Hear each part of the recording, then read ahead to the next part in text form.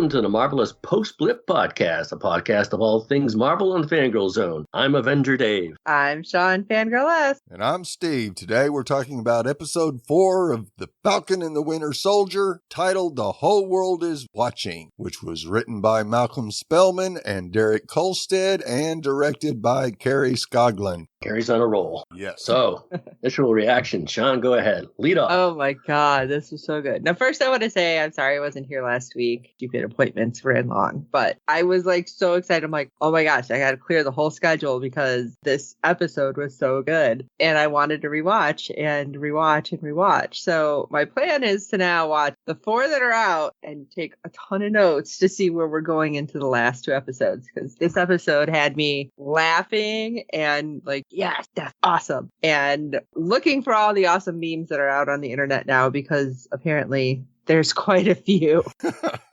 I love that. You guys are amazing. What you got, Steve? Another really good episode. Last week I was going, Sam's just nowhere near being able to take the shield. And in one episode, they've convinced me otherwise. Yeah. I think the way he handled Carrie was masterful and probably opened his eyes a little bit to see exactly where he is actually at to be able to take the shield. Yeah, he really is a good guy. Yeah, oh, absolutely. I always knew he was a good guy. It's just, was he in a state of mind that would allow him to take up Steve's mantle? And I really have a feeling that he's getting there quickly now. Yeah. I think by the end of this one, most definitely. Yeah.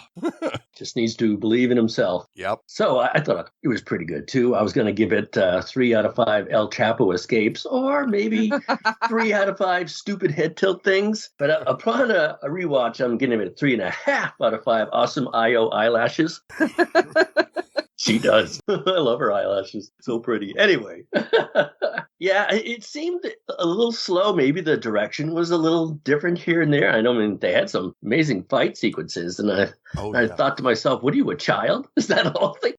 Was that all that gets you going? But I like shows that require a little patience, too. I just watched an episode of Clarice, 2 weeks ago. And it was The Dinner from Hell, not this most recent one. And a little patience here and there, a good TV show should have, because there has to be room for storytelling and not just clanging shields bouncing around the walls. I still have to say, I mean, yeah, I already said I love this one, but I understand what you mean with the fight scenes. But these fight scenes this week, I thought were great, especially with the Wakandans, because I think it was not unexpected for the audience, but unexpected for certain members in the fight. And that, I think, was what really brought it up for me. And I was laughing.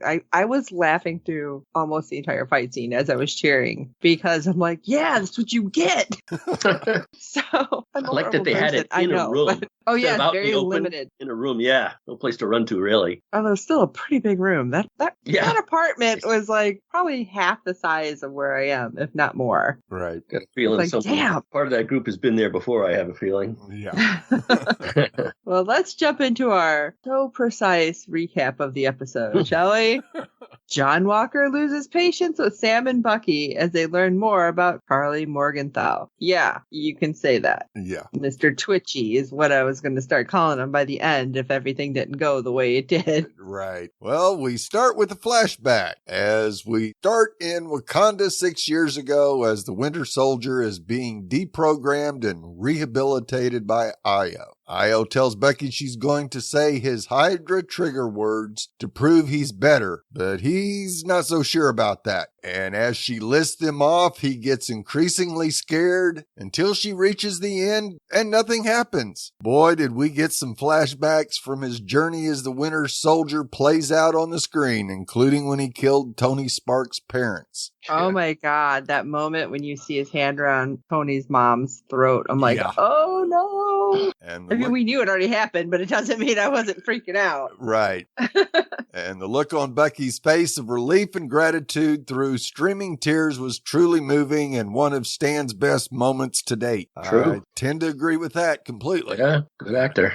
Io says you're free, setting up the friendship and respect these two warriors have. I think this is where everybody online started saying, oh, you can totally tell they're together. Just look at that. Like, and then it just progressed. And then through the end of the fight, like the look on his face. But I don't know. Am I just like really confused? There was a lot more words than I thought activated him. Or was she just going through like all of the words that would activate him? Well, you read them all because Zemo tried the same thing. He didn't go through he saw it wasn't working, but she had to go through the entire list to make sure. Right. I was just like, she just keeps going. Is she going to like say every word in Russian? What's happening over here? Didn't they say freight train or something like that too? Yep. Was it rusted? It's interesting. I don't know who came up with that. I guess it was Hydra. So back in the present, Bucky has reunited with Io in Latvia. Zemo killed T'Chaka, ergo, he must pay for his crime. She's disappointed in Bucky for bringing Zemo into the fold, and Bucky assures her that Zemo's merely a means to an end. But that won't impede Io's objective in bringing Zemo into justice. We got an irresistible force and an immovable object here. Yes.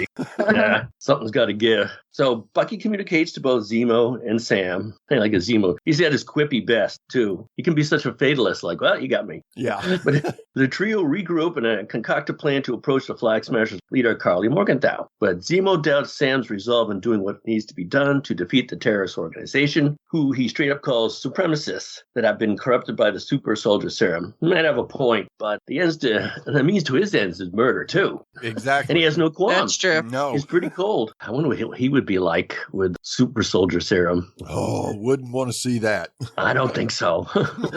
So the three head to the town of Riga, a former luxurious haven turned to a destitute refugee camp. Sam and Bucky attempt to get information about the funeral of Carly's adoptive mother, Doña Madani, but the Americans are getting no answers, feeling abandoned by false promises from the Global Reparation Council and the U.S. at large. It's Zemo who's able to get into the info they need through a parental approach and some delicious Turkish delight, and he keeps repeating that. Delicious. Yes. Turkish delight, delicious. Yeah, it was a little bit creepy, though. I know. Easy creepy. He gets the location of the funeral. Yeah. What? I would say especially after this part. Yeah. Here you go, kid. Like, Yikes. He gets the location of the funeral, but elects to withhold any information to get leverage over his frenemies. Yeah, he's no dummy. He's been in this game before. yeah, but when he turns and he's like, those are bad guys. I know. I'm like, where's the adult? Somebody come down there and get Zemo away from those kids. This has got a creepy vibe, like 100-fold right now. Yeah, he's kind of cute with kids, but a creepy cute too. But I don't know I think we're going to cover later on about super hearing for super soldiers. Right. Shouldn't a Bucky have heard all that? Yep. You would think. That would make sense. I don't know. Now I'm going to be thinking about that. I know, me too. Creepy Baba Black Sheep. I can never hear that song again. No joke. That has, I saw something from online. Oh, I want to quote him. I'm so sorry. Brian Airy. He does Screen Crush. And he took that back to the origination of the song, which is to the Black Death and the shortage of stuff and how everything got taxed. And the people who, the common person, usually didn't get anything that they made. And I guess that's the relation between people around back then and the people now who are doing without. They had everything they needed until everyone came back, and now they're doing without. So it's a good relation. That's interesting. I know. Wow. Yeah, that went down a whole rabbit hole I wouldn't have thought. Yeah, I know. All right. Yeah. Speaking of super serums and soldiers, we have Carly and the fellow flag smasher, Nico, uncover their stolen stash at a gravesite. Really interesting how they had that stashed away there. Yeah. Guess it doesn't have to be on ice or anything. I take it that was his grandfather, right? I was wondering, because I'm The one who like, I fought hope the they didn't Nazis? just randomly pick some grave to like, here, let's make this our super secret hideaway here. Although I did think they were actually going to go down into a hideaway. Right. Even cooler. Yeah. Nico compares Carly to Steve Rogers. And when he said that, I'm like, no. She blew people up, like, knowingly. But anyway, Nico said they're both making him believe that there's decent people in the world. Okay, I guess I can see that. Guess he didn't see the headlines. Carly, of course, blanches at the comparison, saying Cap's shield represents a bygone era. Hello? Do you know when he was from? Yeah. And the impressors who leave them out of decision making. You know what rang bells for me, or a red flag, when he said bygone, or she said bygone era? That was a hint that part of the Marvel Universe is over. Right. And the Avenger, that's over. That's a bygone era. Yeah, pre-blip. And that's kind of sad, though, at the same time. Like, depending how far you go into that statement. Because you always want to see more, but I guess we're not going to. We'll just see new. Yeah. She, of course, is more concerned with what is going on now. And she has more in common with her co-patriots, of course, than someone like Sam. Well, yeah, you guys are all on the same page and we're believing the same thing and went through the same thing. Sam was turned to dust, people. Right. Come on. But she's wondering if Sam has to be destroyed along with the shield, which I don't know about you guys. I was like, wait, what? What? No. And we see our little group, which is fun. Bucky, Sam, and Zemo head out to the funeral, only to be confronted by not Johnny Walker Black, John Walker, and Lamar Hoskin. Not our Cap, is outraged at Zemo's freedom and initially refuses Sam's pitch to take a calmer, more personal approach to Carly. And I don't know about you guys, but I'm looking at him going, you got PTSD, dude. Like, it's all over your face. Right. I thought the same exact thing then. Like, maybe you need to talk to Sam. Yeah. And it was only after Hoskin shows his support for the idea that he relent. And I thought it was really interesting. And I don't know, again, how much to even read into this. When Sam's like, I used to counsel guys who've had PTSD and been in wars back home. And Walker happens to say, yeah, I know, I've seen those guys. Like, what? Did they have you guys in a program and they're not doing well, but Sam thinks everyone's doing well? I thought that was kind of weird because Hoskins, on the other hand, was all for it. Like, yeah, he's seen what they've done and how they can come back. So I don't know about you guys. So that's why I wanted to throw that out there. Like, do you think that it just maybe didn't work for Walker and so he just thinks it doesn't work for anybody? Or is there something else happening and some other program that Sam and possibly Hoskins don't even know about? I think it's something he swallowed and won't come to terms with. Right. As a person. Yep. I kind of agree with that, is that, yeah, he hasn't been through Sam's program. And so he basically is trying to deal with it on his own and not having a whole lot of luck. Okay. Yeah. I think that kind of becomes more evident as we go. Yes. Of course, with him saying, you only get 10 minutes alone with Carly. Yeah, okay, we're in the middle of a funeral. You think it's going to be that fast? Come on. Right. And, God, Walker, you're such a douche. You're trying to arrest Zemo. I love it. He's like, oh, yeah, a little over the top, but I understand. It's like, Zemo, you're too calm about this, so he probably had like a whole slew of keys on him somewhere is what I was thinking. Yeah, he's always got a plan. Oh, yeah. And Walker's just like, I'm ready to take charge, take this down. And Bucky's giving him time. Bucky's just like, calm down, dude. Like, it hasn't even been 10 minutes. And even his own partner is like, dude, you gotta chill. Give it a minute. It's like, wow. Yeah, he's really wound tight is all I'm gonna say. And then again, by the end of the episode, I think everyone was like, oh my God. Like, we knew stuff was gonna go down, but I wasn't prepared for what happened myself. Right. Yeah. I think it all starts here. Yeah. The pressure is getting to him to get a win. Well, Lamar did say it makes you, taking the serum, he meant it as a hypothetical, it makes you more of what you are. Right. Guess so. Yeah.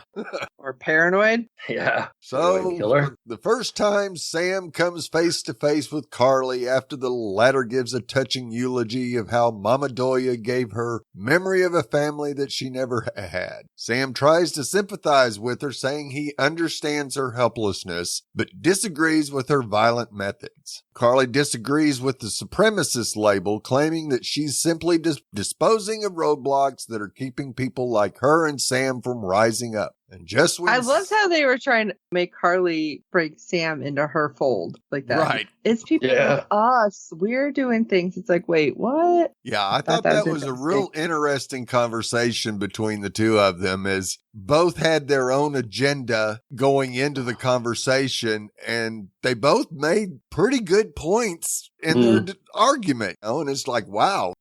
Okay. I did think for a second Sam was going to say something like, yeah, we are the same. It's like, wait, what? Pretty much did. Yeah, it was like they were trying to recruit each other. Exactly. Yeah. And just when Sam appears to be making a breakthrough, an impatient Walker storms in. Oh, he's such a jerk. Yep. Believing it was all a ruse, Carly escapes only to run into Zemo, who had escaped from his handcuffs. I'm so surprised. Not very good shot. No. And he was close. Yeah. I'm like, dang, okay. Takes matters into his own hands, shooting her and angrily crushing the vials of serum scattered on the floor. Maybe he could have kept one for himself. He sure I was could like, have. maybe if he hadn't done it in that villain slow motion, he'd have got all of them. Yeah. And he's like, I must raise my leg really high and crush. Walker knocks him out when only one vial is left intact, which he serendipitously pockets. I was like, this isn't going to end bastard. well. Yeah. Now, meanwhile, a wounded Carly receives more angry threats from the power broker, but all of these setbacks does not deter her as she's eager to make a different approach to our heroes, like wipe them out. Yeah, who is that power broker? So Wakanda strikes. The guys lick their wounds in their hideout, and Zemo once again tells Sam not to put any emotional stock in Carly, reaffirming his notion that super soldiers shouldn't be allowed to exist. He managed to keep himself from that temptation. As Bucky mentions that Walker is seeming off, the man of the hour charges in, ready to take in Zemo once more. But an interrupting spear makes an entrance for the Dora Milaje, who are after the same man. Walker so has it been 8 hours, or at this point they're just like, no, Walker, you ain't taking him. Yep. Okay. I said they all carry cell phones, so someone set their timer when they have to face the deadline. So Walker attempts to both invoke his jurisdiction and his pearly whites, but this guy doesn't shave, though. Captain America shaved. You want me to buy you a razor, buddy? Yeah. But he only got an ass whooping from the Wakandas, probably because he didn't shave. Yes. Maybe because, you don't put your hands on people. Don't touch somebody without permission. Bad move. I know. Like, he did that, like, oh, we got off the wrong foot. I'm like, oh, no. Let me explain this to you, honey. No mansplaining that thing. was the vibe I totally got. I'm like, he's idiot. I'm trying not to swear. I'm sorry. He's mansplaining what's happening right now in the worst way possible. That is 10 times what he is. Oh my God. And I love it because Sam's like, no, man, you don't want to mess with them. You'd rather take Bucky on. Back up. And then he calls it, derisively the pointy sticks. Yeah. Oh God. Don't be a dick. Like, you are so getting your ass handed to you. You never hear that out of Captain America. So Sam and Bucky regretfully step in to help him Hoskins, which gives Zemo enough time to pull an El Chapo and make his escape. Not before we got a bunch of great memes out of that moment. Yes. Yeah.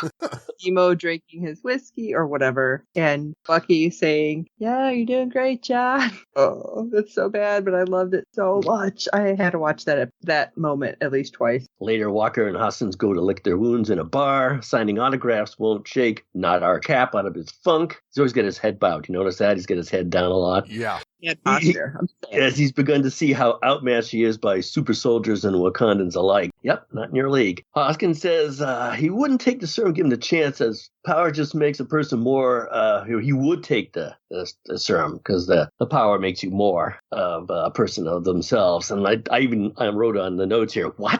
Yeah. Well, I thought that was interesting because Zemo had asked Sam the same thing, and without hesitation, Sam said no. Yeah. And then you have this moment where, without hesitation, Hoskins says yes. Like, yeah, you're showing two different people, like, obviously, but like two very different personalities. Like, maybe Walker just misunderstood him, or we misunderstood, because as we know, this program has made a point out of disenfranchisement of African Americans. That's why I wrote what? I'm like, did he mean to say it that way, or reading something into it, or I don't know. Well, I guess he's just not the person that Sam is. Maybe he just doesn't understand his own disenfranchisement. Now I'm talking out of turn. So I don't know. He's used to being a soldier, though. So Right. Well, yeah, it makes more sense with what kind of came after that, too, than I guess with Hoskins. Yeah. What'd he say? He had something ready in case someone does ask him for his autograph. Yeah, a logo. Battle Star. Yes, that's right. I wanted to see that. So the two look back on a day on tour that made Walker the most decorated soldier in history, but which came through incredibly dark means that we still don't know the specifics, but it must have been pretty bad. But that's why I was thinking Hoskins was all on board, because he said, think how many we could have saved. It's like, what happened exactly? Yeah, I know. Despite their medals, he says that only becoming Captain America makes him feel like he's doing the right thing. You're not. You suck. Oh, sorry. That came out loud. But with his current set of skills, his attempts at doing the right thing have only gotten him a bunch of dead ends. And look at how more powerful the enemy is than him. Oh, yeah, because he was just so mad. They're not even super soldiers. Yeah, that's because they're awesome. You underestimated your opponent. Yes. So we've seen more than one example. More because they were women, I'm sure. I'm sorry. Exactly. We've seen more than one measure of emasculation in this episode. Oh, my God. Okay, I know we didn't talk about it, but Io, first of all, amazing. Yes. And she knocked Bucky's arm off. Like, somebody's like the 5-finger death punch or whatever, the 5-finger thing from, oh God, what was that Tarantino movie? I can't think of it. But like, it's like knocks the arm off in his face. And poor Bucky. But like, as he's standing there, what she says to him, which another reason a lot of people were swearing up and down that they are shipping these two, when she says, and this was a moment that we can't verify because it's not in a script for dialogue. Right. She either says, Bass, damn you, James, or bastard, damn you, James. So probably not bastard. No. Yeah, that's what I'm thinking, because when I looked into it, because Bast is the Egyptian cat goddess of, what did I say it was? Protection. Right. Egyptian goddess. I don't know if I said that right. But also, she is the panther goddess who led to the creation of the Black Panther. So a lot of people were thinking, oh, she is basically telling him, you're like frowned on by our goddess. You are now booted from Wakanda. And so I don't know how you guys felt about that. We started to talk about it off air, and I'm like, I don't know. I don't think that he's going to be totally like put out of Wakanda because Io is not the person in charge, but it's a pretty big thing because poor Bucky's face. Well, I think it was probably more that she was able to remove his arm than anything else than what she said, because that just took him totally by surprise. And it was like she knew exactly what button to hit to disconnect it. It's like the Kill robot Bill from was Lost the in movie, Space. by the way. I'm Right. trying to think of. Or Data, no, knowing exactly where the off switch is. That's kind of the vibe I got from it, is because he had spent so much time there, more than likely she had enough time to figure out where that disconnect button was for his arm. But he didn't have a clue. Even No. Sam's like, did you know he could do that? He's like, no. Like, oh, damn. This was rough. Oh, Not but as then we get rough to as go what's into, coming. oh my gosh, we get to go into a moment where I don't know about you guys, because I was swearing up and down because Sam maybe gotten through to Carly a little bit because she's figured out a way to get through to him, but through his family. So I was like, oh, he got through, but not in a good way, apparently, because she calls Sarah, asking her, it's like, do I have to kill your brother? It's like, what? Yeah. And talking about her kids. And I'm like, this is not cool. You don't do that. He didn't do that to you. I'm like, this is some BS is all I was saying the whole time. But they kind of talk it out. This is all happening in like, less than a minute. Right. And Sarah and Carly are kind of like, oh, we're the same. Because when Sarah declares, after being asked about Walker, my world doesn't matter to America, so why should I care about its mascot? And I was really kind of taken with that because it's like, damn, that was like really true because we've seen that set up with everything. And despite being a bit sympathetic, Carly's words suddenly turn cold. She says, you need to tell Sam to meet me at this location. Otherwise, you and your family are going to be taken out. And it's like, what? How could you do that, Carly? I was kind of being sympathetic with you, and then you did that. No. Right. And of course, Sarah immediately contacts Sam and everybody's outraged. So Sam and Bucky suit up. Well, Bucky isn't exactly suited up, I guess, unless you count his leather coat with one arm. Yeah. Yeah, I think so. Yeah. That's his new thing. Yeah. Yeah, I love it. Sam's like, she said, come alone. And this was interesting because Bucky doesn't like Sam, right? And I say that like they don't like each other. It's in quotes. Because after this, he's like, I'm not letting you go alone. It's like, oh, you do care. Yeah. So cool. Bro. But Carly says, you were supposed to come alone. I see you didn't listen, but you know what? It's useless to kill you. But she kind of looks at Bucky and I got scared. It's like, oh, but we can kill him. I was like, oh no. But really, you're just tools in a regime that looks to destroy everything. So instead, she makes an offer. Like, I was going to kill you, but it's like, okay, where's the cannoli at this point? You know, I would give her, well, you've seen her as a killer now, but I would give her a few more ounces of humanity than the rest. Not the rest, but certainly Walker. Right. I don't think she's too far gone, unlike Walker. I think that kind of makes sense because if we go with even what Hoskins said, it makes you more of you. You know, she was trying to do everything she could to help the people around her, and then things started to escalate. And that sounds really bad because she was killing people. Like, it's not just escalate, it's more than that. But like, she is not jumping to the end, and Walker is starting to feel a bit Red Skull to me. That's all I'm saying. Wow. So after the offer to join her or let her go, of course, who shows up? Party crashers. Yeah. Yes. But we did have Sharon, who happened to be tracking him on a satellite. How the hell does she happen to have a satellite is what I wanted to know. Or two. Yeah. Which this may come down to the tinfoil hat theories that Dave has later. Now, of course, also, she's tracking Walker. Why isn't she trying to find Zemo? Did they tell her at this point? I thought she took her own agenda. Really, it seemed like, hey, are you supposed to be tracking him? Well, I mean, it's a good thing you did, but Yeah, because Sam does call her and ask her for some help. Yeah. But I think he did tell her that Zemo got escaped, but instead she's tracking something was Walker. on the computer. Right. And I couldn't tell what it was. It was really fast. Now, maybe she can track the shield easier than she can track a person. Because, I mean, the shield definitely is easy to isolate from. Oh, the vibranium. Yeah. And Yep. Yeah, I guess that makes sense. looks like Bucky's arm too, though. That's true. I don't know. Well, they said they could track Sam because he's got U.S. government issue gear. Right. They should be able to track John Walker. He's got U.S. government issue gear, and I'm not talking about the shield. Right. I don't know. Yeah. Just very odd that we get so little of Sharon in this episode and what we actually got.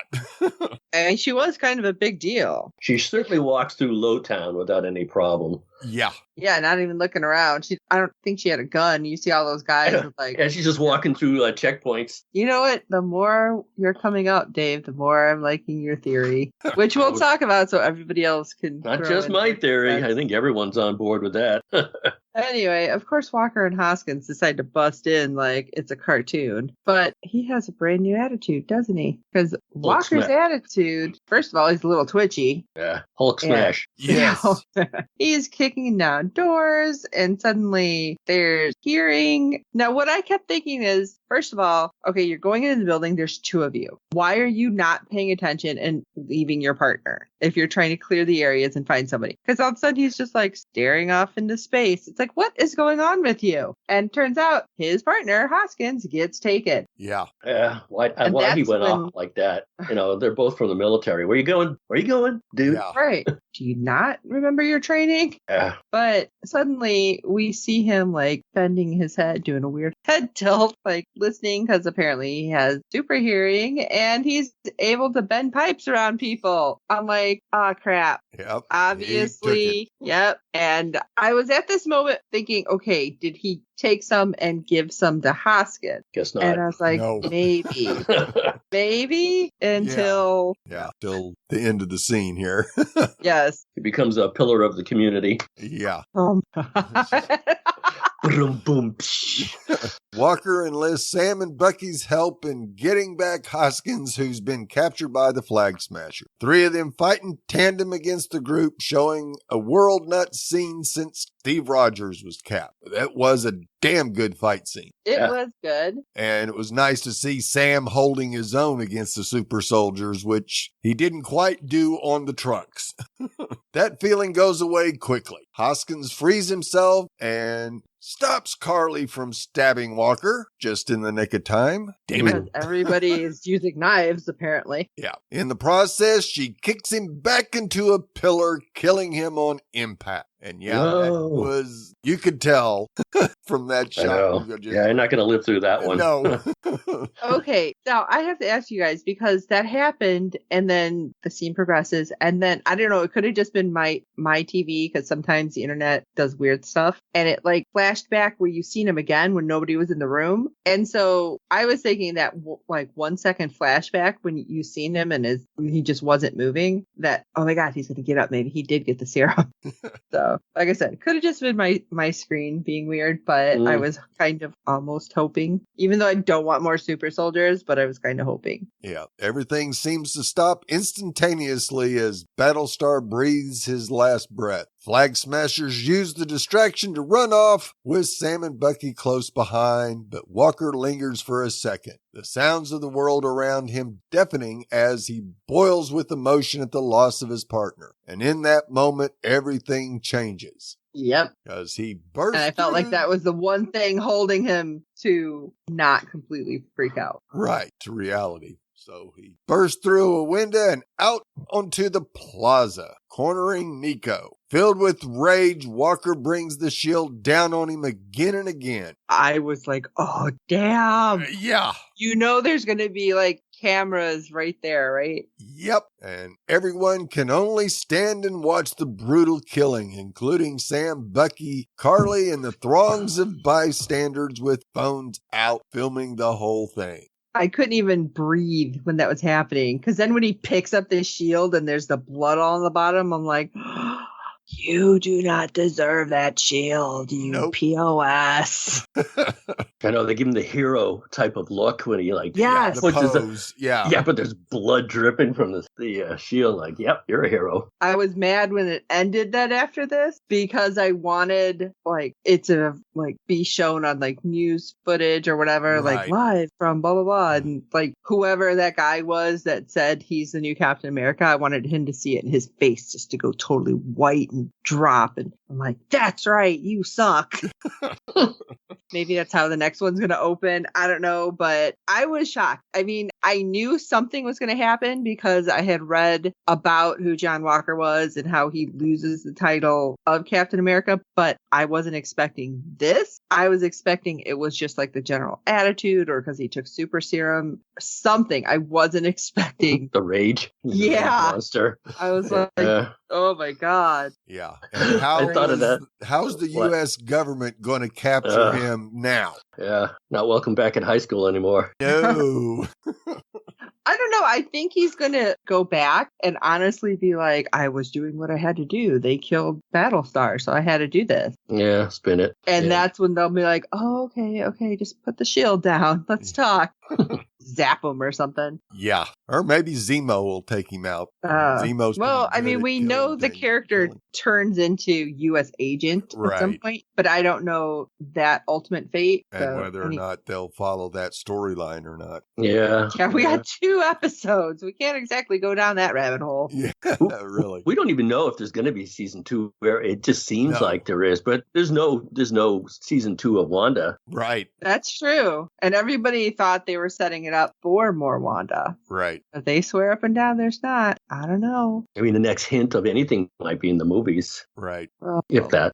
You want to get to your theories before we close this up, Dave? My theory? Okay, the theory you found. What theory are we talking about? Yeah.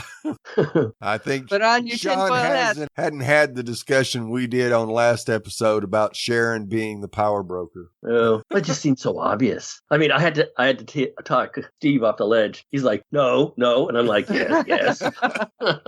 Yeah, I don't know. The theory is that Sharon's a power broker. And she didn't do anything in this past episode episode to dissuade us from that either. She find it odd that she speaks for the power broker, like knows what he's thinking. Right. You know, we didn't see any unrest in, what is it, Madripoor? Yep. Yeah. So, but she just says, well, things are going bad here. He's mad. Like, and then at the end, as the credits rolled, they showed her, but just her jacket. They didn't show her face. You know, there's all these ripped or torn pages Right. as the credits roll. I'm like, why didn't they show her head? Everyone else, we even saw Isaiah's face as the credits roll, but they didn't show, well, they did show her face at the end, but before that, it was her, but with the head removed. It's like, yeah, that's the power broker. We're just not showing you yet.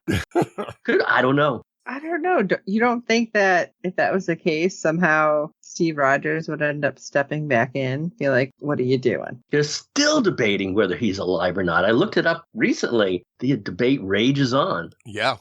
Well, I don't think he's dead because he passed the mantle. Like, the government doesn't know what's going on. But I forgot what started all the talk of what precipitated that. Well, Cap's dead, you know, or maybe we just assume that. I don't know. I'll have to look it up again and find out why everyone thinks he's dead while everyone else doesn't think he's dead. Right.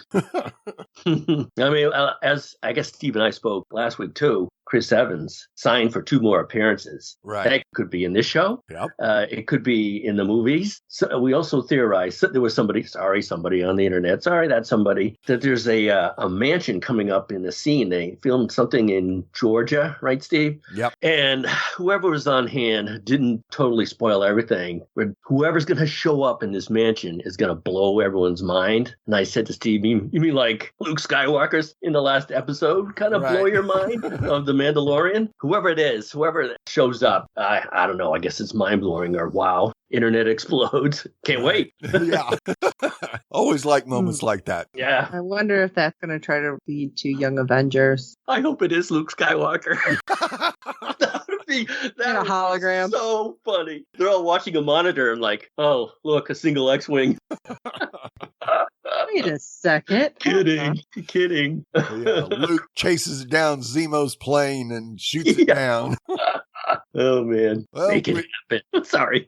We would love to hear your thoughts on each and every episode this season. Go to www.fangirlzone.com and click on the contact link, where you will find several ways to contact us via email and through social media. Please review and rate us on iTunes or any other platform to use for your podcast. With good ratings and reviews, it helps other fans of the show find us, as there are plenty of other Marvel podcasts out there. Tell your friends, and we hope you are enjoying our podcast. Don't forget to check out the other great Fangirl Zone podcasts. We are everywhere. You can find us on, of course, our website, like Steve said, fangirlzone.com. Facebook is FG Zone. Twitter is FGZ Podcast. Instagram, The Fangirl Zone Podcast. YouTube, The Fangirl Zone. And on the occasions that I can figure it out, Tumblr, The Fangirl Zone Podcast. So don't forget to contact us at fangirlzone.com. We are waiting to hear from you. So for this episode of the Marvelous Post-Blip Podcast, I'm Steve. Well, I know a crazy when I see one, because I am crazy.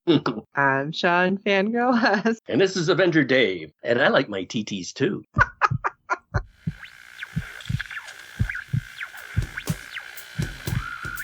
There is nothing wrong with your internet.